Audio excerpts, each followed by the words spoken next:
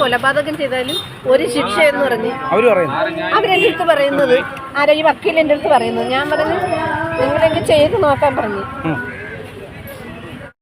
കാഞ്ഞിരമൂട്ടില് ഒരു വക്കീലിന്റെ ഇവിടെ, രജനി എന്ന വക്കീലിന്റെ പേര്.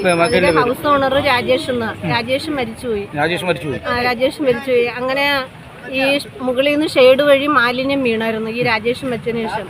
അങ്ങനെ ഞാൻ കമ്പനിയിൽ നിന്നോ ഭയങ്കര മഴ. അങ്ങനെ ഞാൻ പറഞ്ഞ് ഞാൻ ഈ സംശയം വെച്ച് ഞാൻ വെളിയിൽ ചെന്ന് നോക്കിയപ്പം മാലിന്യം അടുക്കള ഷെയ്ഡ് വഴി വീഴുക. അങ്ങനെ ഞാൻ വക്കീലിന്റെ അടുത്ത് പറഞ്ഞ ചേച്ചി ഇതോണക്ക് ഇങ്ങനെ വീഴുന്ന ഞങ്ങൾക്ക് ഒക്കത്തില്ല. അന്നേരം എന്റെ മദറിലും അമ്മയെ ഞങ്ങളുടെ കൂടെ നിർത്തി.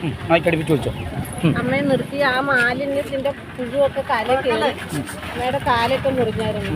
അങ്ങനെ ഞാൻ പൈസ ഒന്നും ചോദിച്ചപ്പോൾ അവര് പറഞ്ഞു നിങ്ങൾ കൊണ്ടുവന്ന് കേസ് കൊടു, എവിടം വരെ പോവാ അവിടം വരെ ഞങ്ങൾ പോകും. ഞാനൊരു അഡ്വക്കേറ്റ്, എന്റെ കയ്യിൽ നിന്ന് കാശ് വൈകുന്ന കാണണം.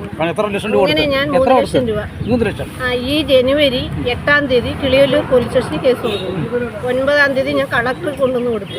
കിളിയല്ലൂർ പോലീസുകാർ ഇതിനൊന്നും മറുപടി തന്നിട്ടില്ലെന്ന് വെച്ചാൽ പൈസ പരാതി കൊടുത്ത് വിളിപ്പിച്ച്. അങ്ങനെ പൈസയായിട്ട് ഇവരെ വിളിച്ചായിരുന്നു. രജനെ വിളിച്ചവൻ പറഞ്ഞ് ഞാനല്ല സാറേ പൈസ വാങ്ങിച്ചത്.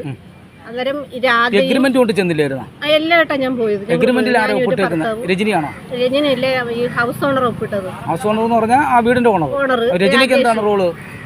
രജനിക്കും രാധയ്ക്കും. രാധയെന്ന് വെച്ചാൽ രാജേഷിന്റെ ഭാര്യയാണ്. അന്നേരം ഇവര് തമ്മിൽ എന്തോ പ്രശ്നത്തിൽ പിരിഞ്ഞിരുന്ന നമ്മൾ അറിഞ്ഞുകൂടാ.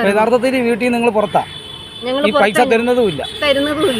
അങ്ങനെ ഞാൻ കിളിയല്ലൂരിൽ ചെന്ന് ഇങ്ങനെ കാര്യങ്ങൾ ഞാനും എൻ്റെ ഭർത്താവും പറഞ്ഞു. എൻ്റെ ഭർത്താവ് ഒരു രോഗിയാണ്, ബ്ലോക്കൊക്കെ വന്ന് പ്രശ്നത്തിൻ്റെ ഒക്കെ ആയി ഇപ്പോഴും മരുന്ന് കഴിച്ചോണ്ട്. എനിക്കും അതാണ് ബ്ലോക്ക് വന്ന് ഈ ഒരു സൈഡ് മൊത്തവും പ്രശ്നത്തില്ല. എന്നിട്ട് എനിക്ക് നിങ്ങൾ ഈ താമസിക്കുന്ന 6 മാസമാണോ 1 വർഷത്തേക്കാണോ 2 വർഷത്തേക്കാണോ? 11 മാസത്തേക്ക്. ഈ 11 മാസം ഇപ്പൊ കഴിഞ്ഞില്ലേ? 11 ഇപ്പം 2 വർഷമാവാൻ പോകുന്നു. 2 വർഷമാവാൻ പോകുന്നു. അപ്പൊ ഈ എഗ്രിമെന്റ് നിങ്ങൾ പുതുക്കിയിട്ടുണ്ടോ? ഇല്ല, ഇവര് ഞങ്ങളുടെ അടുത്ത് ചോദിച്ചു. പിന്നീട് ഞാനേ ഇനിയും കാലാവധി വെച്ച് നീട്ടാന്ന് ഞാൻ പറഞ്ഞു. ഒക്കത്തില്ല, ഞങ്ങൾക്ക് കാശ് വേണം, ഇവിടെ മൊത്തവും പുഴു കയറിയതാന്ന് പറഞ്ഞു. ഇവിടെ ഞങ്ങൾക്ക് ഒക്കത്തില്ല. ഈ 2 വർഷം കഴിഞ്ഞ് 2 വർഷം കഴിഞ്ഞ് കേസ് കൊടുത്തിട്ട് ഈ ജനുവരി 8-ാം തീയതി കൊടുത്തത്.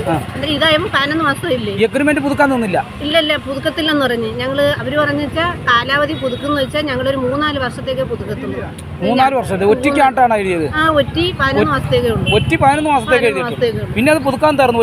പുതുക്കാഞ്ഞെന്ന് വെച്ചാൽ അവര് നീട്ടുമെന്ന് പറഞ്ഞു 4-5 വർഷത്തേക്ക് നീട്ടുമെന്ന് പറഞ്ഞു. നിങ്ങൾക്ക് നീട്ടിയ എഴുതിയ രേഖ വല്ല ഒന്നുമില്ല, എഴുതി തന്നില്ല. ഞങ്ങൾ എഴുതിച്ചിട്ടില്ല. ഞങ്ങൾ 3 ലക്ഷം കൊടുത്തതിന്റെ പേപ്പർ ഞങ്ങളുടെ ഉണ്ട്.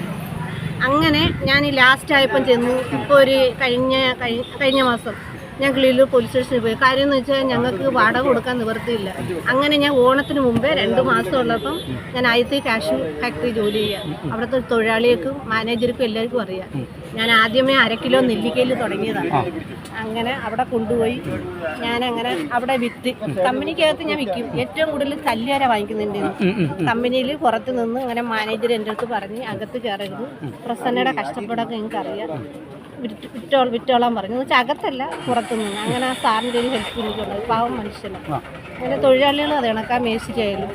അങ്ങനെ പിന്നെ ആയപ്പം ഞാൻ ഈ കിളിയല്ലൂരിൽ ചെന്ന് SIയുടെ അടുത്തും PR അടുത്തും ഞാൻ പറഞ്ഞു സാറേ എനിക്ക് നിവർത്തിയില്ല, ഞാൻ ഒരു കാര്യം ചോദിക്കട്ടെ, ഞാൻ ഒരു പെർമിഷൻ വാങ്ങിക്കാം എന്തെന്ന് ചോദിച്ചു. ഞാൻ പറഞ്ഞു രാധ എഴുതി ഒപ്പിട്ട് ഞങ്ങളുടെ കാശ് തരാമെന്ന് പറഞ്ഞു. ഈ രാജേഷ് മരിച്ചതിന് ശേഷം മരണ സർട്ടിഫിക്കറ്റ് എല്ലാം കൊണ്ടുപോയി രാധയുടെ പേർക്ക് വസ്തുവാക്കി. അന്നേരം ഞങ്ങളെ 3 ലക്ഷം തരാമെന്ന് പറഞ്ഞു. പോലീസ് സ്റ്റേഷനിൽ തരാമെന്ന് പറഞ്ഞെങ്കിൽ ഞങ്ങളുടെ കാശ് തെറ്റില്ല.